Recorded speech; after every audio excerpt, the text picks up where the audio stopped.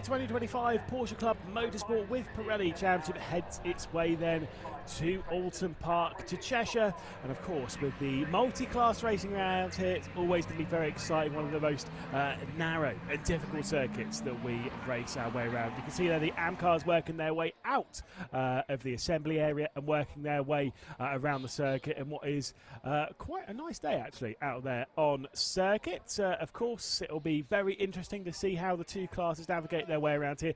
The speed of those club cars compared to the AMs, whether we'll have much lap traffic to deal with, always causes a little bit of drama. You can see there 23.5 degrees Celsius and the wind speed quite fast, 30 kilometers an hour. As much as it's quite thick, that'll keep some of that thickness out of the air, and that working its way effectively. It should be the opposite of way we're looking, so it's coming towards us from this angle here on the backstretch. A little bit of a it's pushing you around that final sector. Let's take a look though at the starting grid then. Of course, starting with the club category, it's Simon Clark on pole position alongside Mark McAleer. Jake McAleer on the second row of the grid alongside Ed Hayes in fourth spot.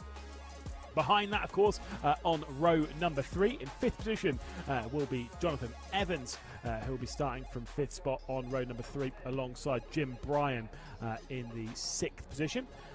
Of course, there you go. You can see Pete Evans as well starting in 7th, and Chris Dyer, who will be starting from 8th position on the final part of row number 4.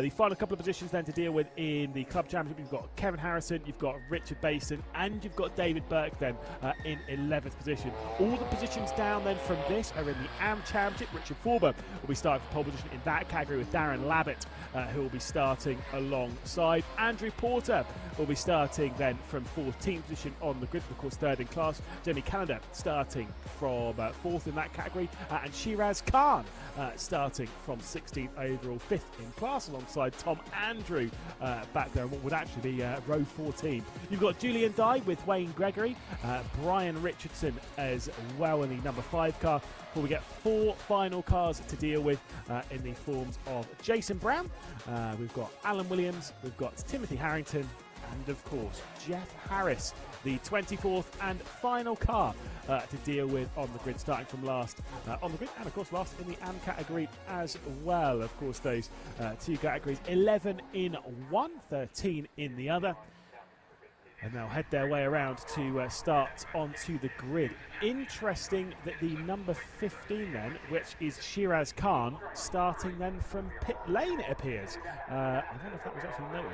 I don't have that noted from race control at the moment, so interesting as to why. Either way, the cars are in their positions, and respectively the 25 minutes of the opening race of the weekend is about ready to get underway then, with Simon Clark and Mark McAleer starting alongside on the front row of the grid.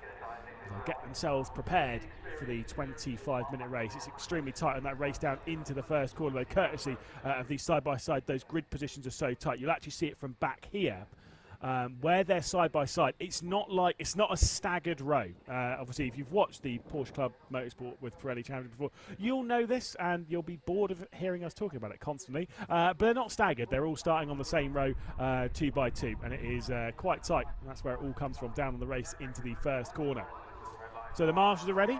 The drivers are ready, and we're ready as we're racing then down to the first corner. 25 minutes then onto the clock, and it's not a good start from Simon Clark, our pole sitter. It's potentially being overtaken by Mark McAleer into the first corner. The two groups work their way through as the club then followed by the AMs as they head their way through the opening turn. It's still side by side with the race lead, but a dab of the brakes from Mark McAleer to relinquish the lead back into the hands of our pole sitter Simon Clark, who had his way through the opening corner in the lead of the race from Mark McAleer.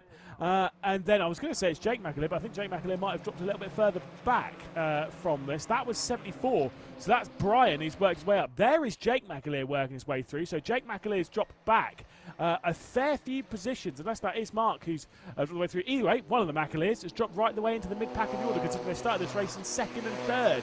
Brian's worked his way through then into 6th position. There is a look at one of the McAleers trying to work their way through and hang on to whatever ground can be held onto before refocusing and re-evaluating. I do believe that is Jake McAleer in the 144, Mark McAleer being, of course, in the 14. The lead of the AM category, I believe, still in the hands of Forber. Still plenty of moves happening in that. We'll have a little look as they work their way around and onto the start-finish straight, and then we'll get the updated timesheets. There is the 26 of Burke in one of the Caymans. That's at the back end of our Club Championship. Of course, the Club Championship having Caymans, 996s and 997s, and the AM category being filled with the Boxsters. That's how you can really identify the difference between these two.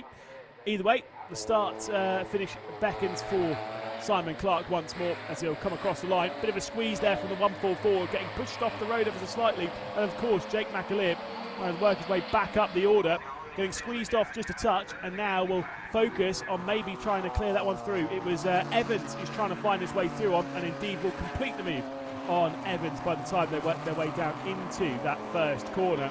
Despite getting squeezed off, still it's worked out all right. Of course, Pete Evans, I think it was. Sorry, it was either way, it was Evans. There was squeezing just a touch there, and a little bit sketchy, and maybe a little bit unnecessary, it must be said. But either way, they are able to work their way through. There is your race leader, Clark. There is Mark McAleer behind. Behind that, of course, is Brian, who has worked up 3 positions then in the opening lap of this race. And now runs in 3rd spot. Then it's Hayes. Then, of course, it's the number 22 of Pete Evans, who I thought might have been the one who actually made contact there a little bit with Jake McAleer.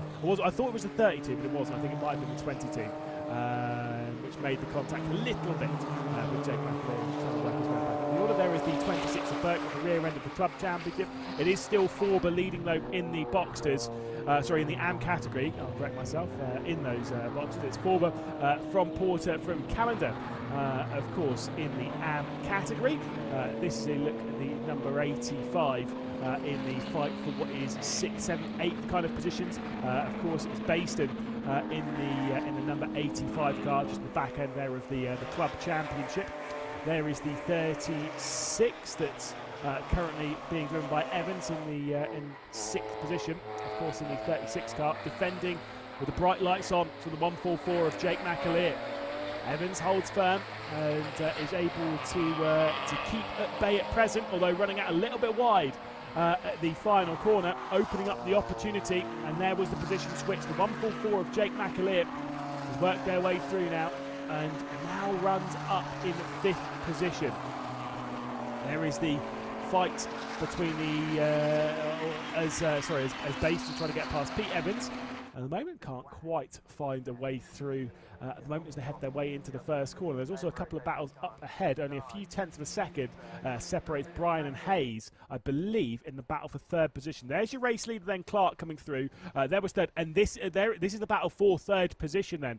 So you've got the Cayman of Hayes, who's worked now up into 3rd position. So Hayes is now through in the number 32 car. The 74 of Brian then dropping back, and of course Jim Bryan not being able to hang on to. Oh, is that a big slide? Big bit of smoke coming in from one of our champions. That must have been Jake McAleer, who does indeed have some form of either tyre rub or an engine problem or something here. Let's see where that smoke's coming from. Going to go straight on here. Jake McAleer looks to be out of this race. Let's see, it's got to be engine. There's no tyre rubbing or anything. I was wondering if he'd clipped a tyre barrier or something somewhere. You can do that quite a bit going through the Britain chicane, but that is definitely engine. That is definitely oil.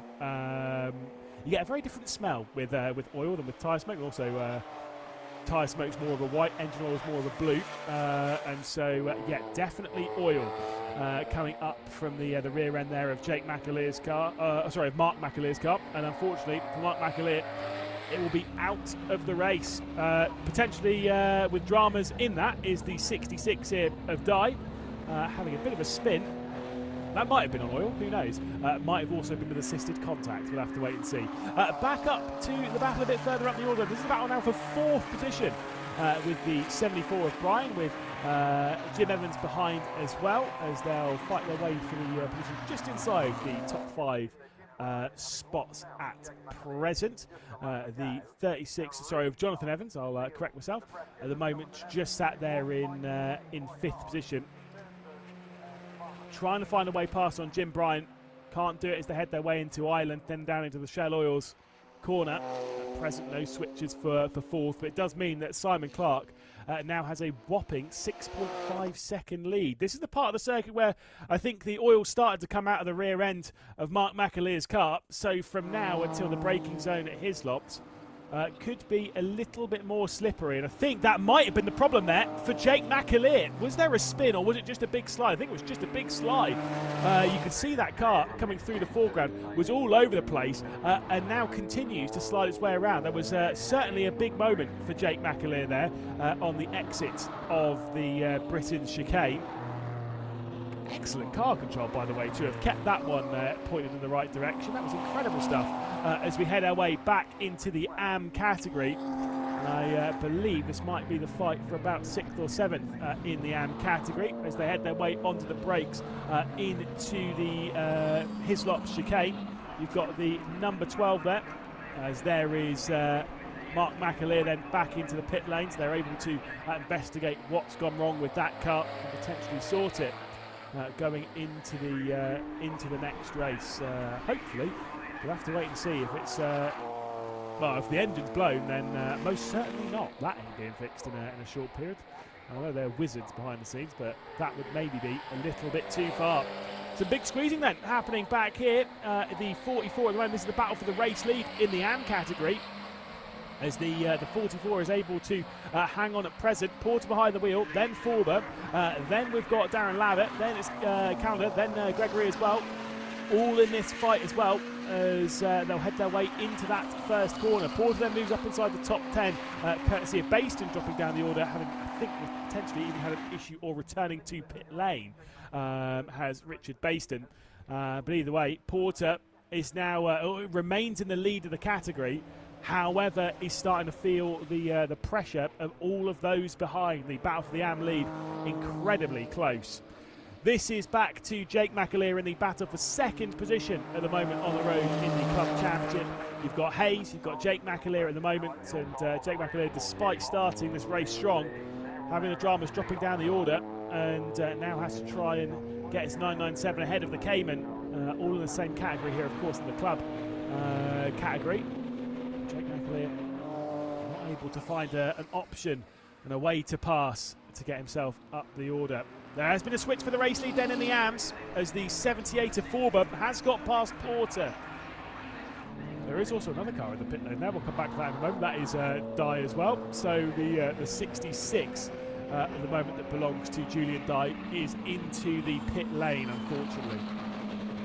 So this is the battle for the race lead in the AMS. Very, very tight in this fight. We still see them dart their way around the circuit, and as I said, Forber is now your leader from Porter. I believe it is still Darren Lavitt behind in 3rd position in the category. They flick their way through Druids.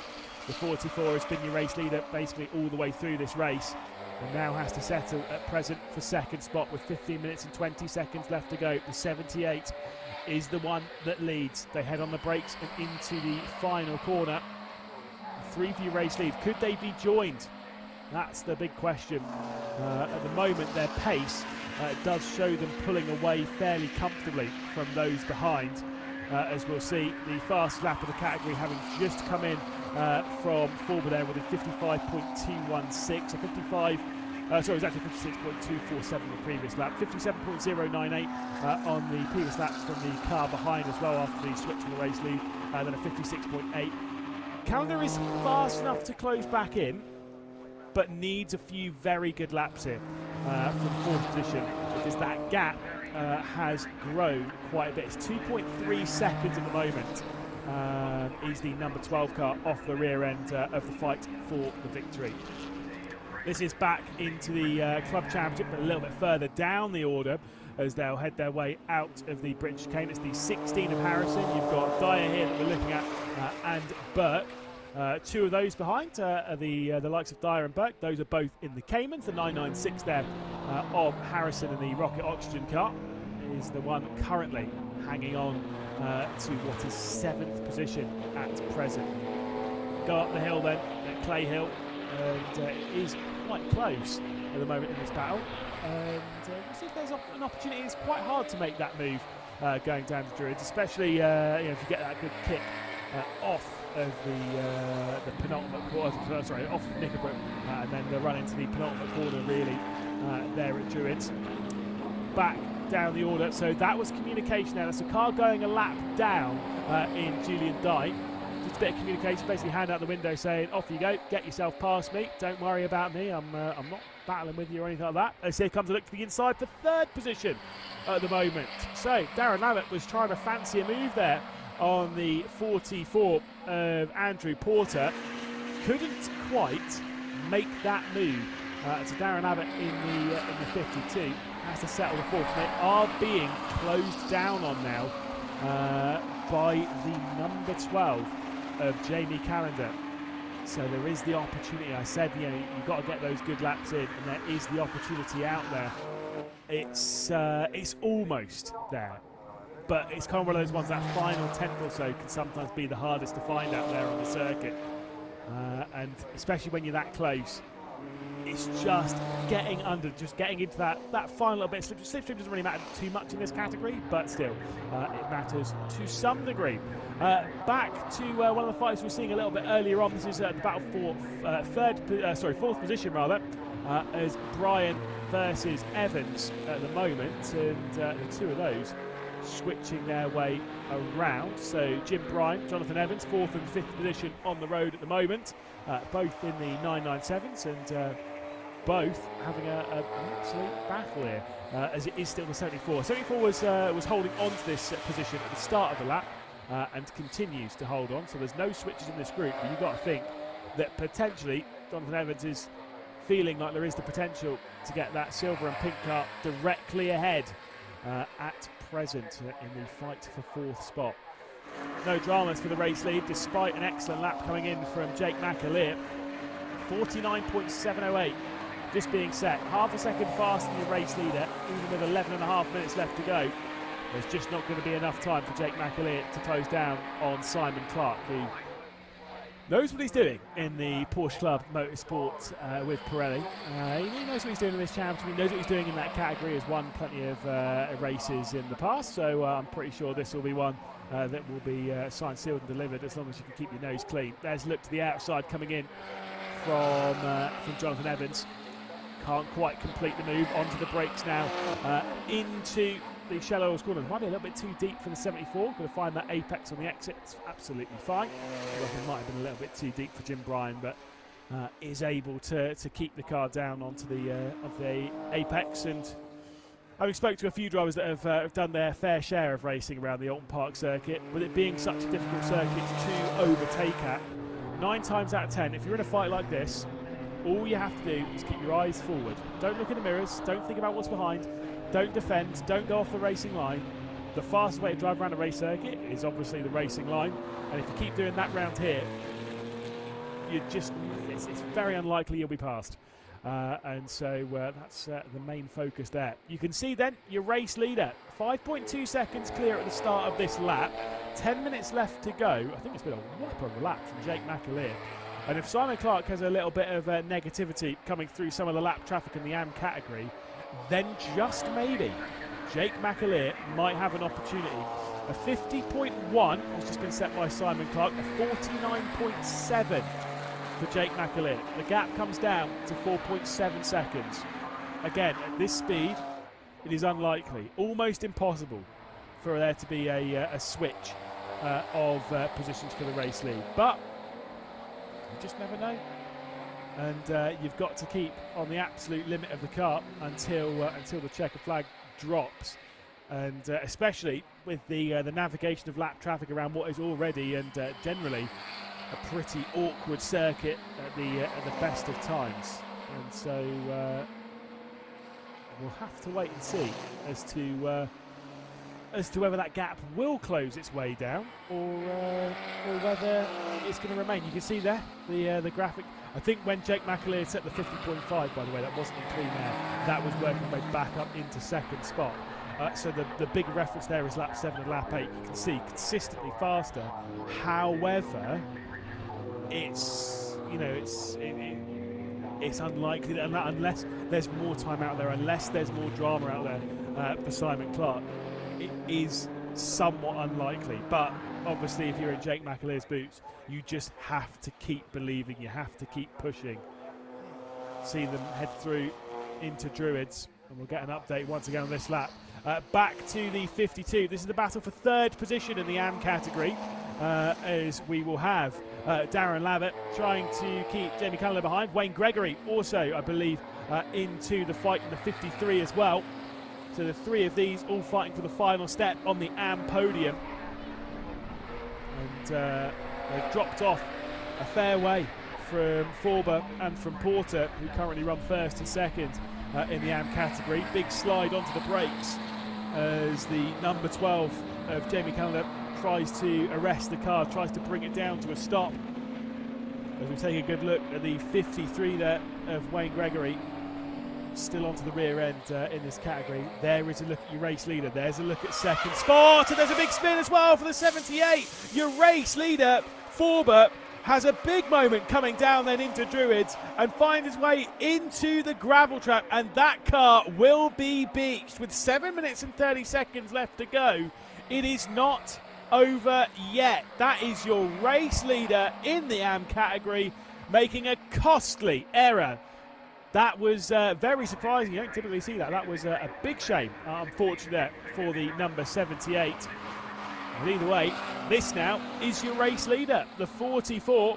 And there we go, straight out of the car. No major shocks. There's no major dramas. So that was just a bit of a spin and an unfortunate place to end. But that does confirm then the 78 of Forber is out of the car, out of the race, from the race lead as well. Richard Forber, very, very big shame there.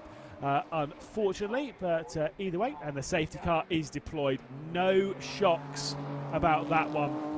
But if they get that car out of that gravel trap relatively quickly, then maybe for Jake McAleer, there's the opportunity to be victorious. There's a safety car out of the circuit.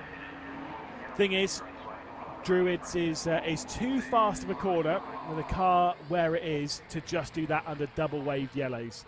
So that's why race control will bring out the safety car. Just getting a note, by the way, that of course we had the issue there for Mark McAleer during this race where the engine died. Simon Clark and Jake McAleer both had gearbox problems back at Anglesey. And so, this is a note from this is from Zach Sweeney, who's at Aladdin Socoms. It's evened out the championship a little bit now between those three, which is always very good. Again, means that it's more important for Jake McAleer to really take this victory, to reignite that championship fight.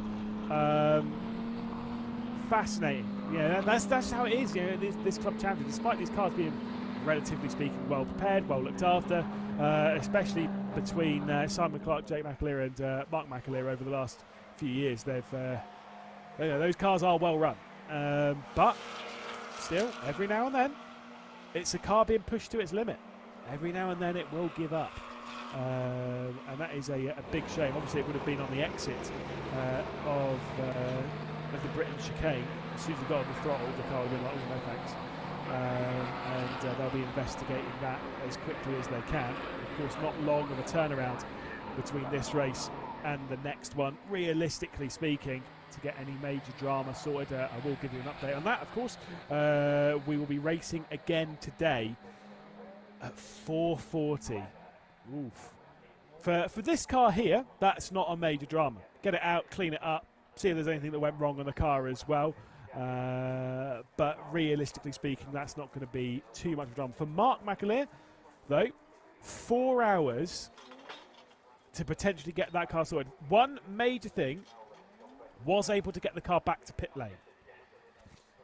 which means that you don't have to wait for the recovery team to get the car to bring it back to pit lane, potentially to wait until a break between races to then bring it back to pit lane. And so I think the fact that he brought it back to pit lane could be very, very important for Mark McAleer. So the marshals then will try and sort that car. We'll try and get it out of the gravel trap. Of course, you've got to be careful with pulling it forwards there, because obviously it will just beat yourself again. So you've got to be very careful with how you get these cars out of the gravel trap. 4 minutes. It's going to be tight. It's going to be very tight as to whether we do get another racing lap in this race. In fact, actually, I don't think we will. Because the safety car speed slows us down to around about 3 or 4 minutes, unless we were going racing in this lap, which obviously we're not. I think that will be the end of the race. Obviously, the marshals, it doesn't matter to them. They've still got a lot of work to do, as they'll play a little bit of tug of war to try and get that car out of the gravel trap. But it probably won't matter in terms of the race, courtesy of the time remaining.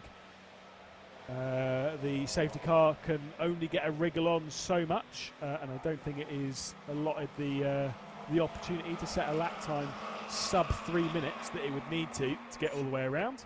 And then if you're Simon Clark, you just back off a little bit of the safety car and slow things down even more so, just to make sure that basically when the race restart happens, it's straight into the checkered flag. I've seen that before quite a bit in the world of motorsport. So, through the final corner they go to start the final lap of the race. But with 2 minutes and 40 seconds left to go, this will be the finishing order. It will indeed be Simon Clark winning again. Jake McAleer in second. Has made the most of a poor start to the race. Dropped back down the order for no main reason. Out of the first turn, down to basically turn 2, was right in the middle of the field, dropping right the way down. And Jake McAleer, who bounced back into second position. Of course, then it's Hayes, Bryan, Evans again. Of course, Jim Evans, Pete Evans, then Dyer Burke, and then of course we get our AM winner across the line being Porter Labbott and Jamie Canada. We've had some great racing in this one, must be said. A bit of a shame to end it under safety car, but just a very unfortunate mistake from Richard Forbert to end the race in the gravel trap like that. Obviously, I think we've only seen it once. I'm sure out there on YouTube you can flick back and go and see exactly how it's unfolded, which was a clip of I think he clipped the curb on the left-hand side on the run into Druids, and that was what unsettled the car, and then spun it all round. Red flag deployed, which I think is just so they can bring the car straight back into pit lane, rather than basically finishing the lap and then doing a full in lap. No point on that. So fair one from race control there to basically end it under a red flag there, just so they can bring the car straight back into pit lane, and which does confirm then the race victory going the way of Simon Clark. Obviously the drivers now will be made aware of the red flag, and they will bring the cars back into pit lane, and they'll know that there will not be another opportunity for them to go racing in this one. They'll have to wait until the end, for about 4 hours before they can go on the attack once more. Which means that driver there is going to be your race winner, Simon Clark, again, by around a second over the line. See, that doesn't really matter. I think the important bit, though, was the gap was around 4 or so seconds when the race basically ended under the spoon, when the safety car came out. So it was always really going to be a Simon Clark victory as soon as Mark McAleer had those problems. Jamie McAleer was a little bit too far behind to maybe do anything about the number 23 car that leads the race. Great battling though in the AM category. Really, really solid, really entertaining, and a very well-deserved victory from Porter. Obviously, I was going to say won that one by a very tiny margin. Won that one because of the issue there for the 78. That was the defining moment of the race. And of course, as much as it's a red flag here, we did complete laps, so it won't be red flag and then reverse it back to the previous lap. because of course the red flag didn't come out immediately. We had a safety car for a lap or so, and then the red flag came out, meaning that there will we won't be returning. So the 78 racing will not win, just to make sure that everyone's aware. Safety car then informing the drivers to work their way back into pit lane, meaning that we will head our way into the lane, and they'll get themselves, I'm sure, sorted and prepared for the next race in about just under 4 hours time. Of course, for Simon Clark, the aim would be to do once again what he's done in this race and take a very well-deserved victory. Provisional, of course. Let's take a look at those race results. It's Clark from Jamie McAleer, from Hayes, of course, there in third position. From Brian, then, of course, we'll have the first of two Evanses, being the number 36 there, belongs to Jonathan Evans, and then, of course, Pete Evans directly behind. Then we've got Dyer, then Burke in 8th position before we get our AM winner in Porter. Jamie Canada there in 10th position overall, but, of course, second in the AM category. Wayne Gregory, Shiraz Khan from what we believe was a pit lane start up to 12th. Before we get to Brown, then Labbott, then Andrew, Richardson, Harrison then finishing a lap down as well with Harrington. Dye also, and of course the retirement late on coming in from Richard Forber in the 78 after leading in the AM category and retiring unfortunately from the race. The final few drivers, Baston, Mark McAleer, and of course Williams there, not even starting the race unfortunately. Mark McAleer, of course, the fingers will be crossed they're able to get that car back out onto the circuit once again for the race a little bit later on in the day, which of course you can join us at 4:40 here in the UK, should everything run smoothly here at Oulton Park. So plenty of time for everyone to get prepared for the next race a bit later on. Thank you very much for joining us here in the Porsche Club Championship with Pirelli. It's been a fun one, and hopefully we'll see you again a little bit later on in the day. Until then, though, bye-bye.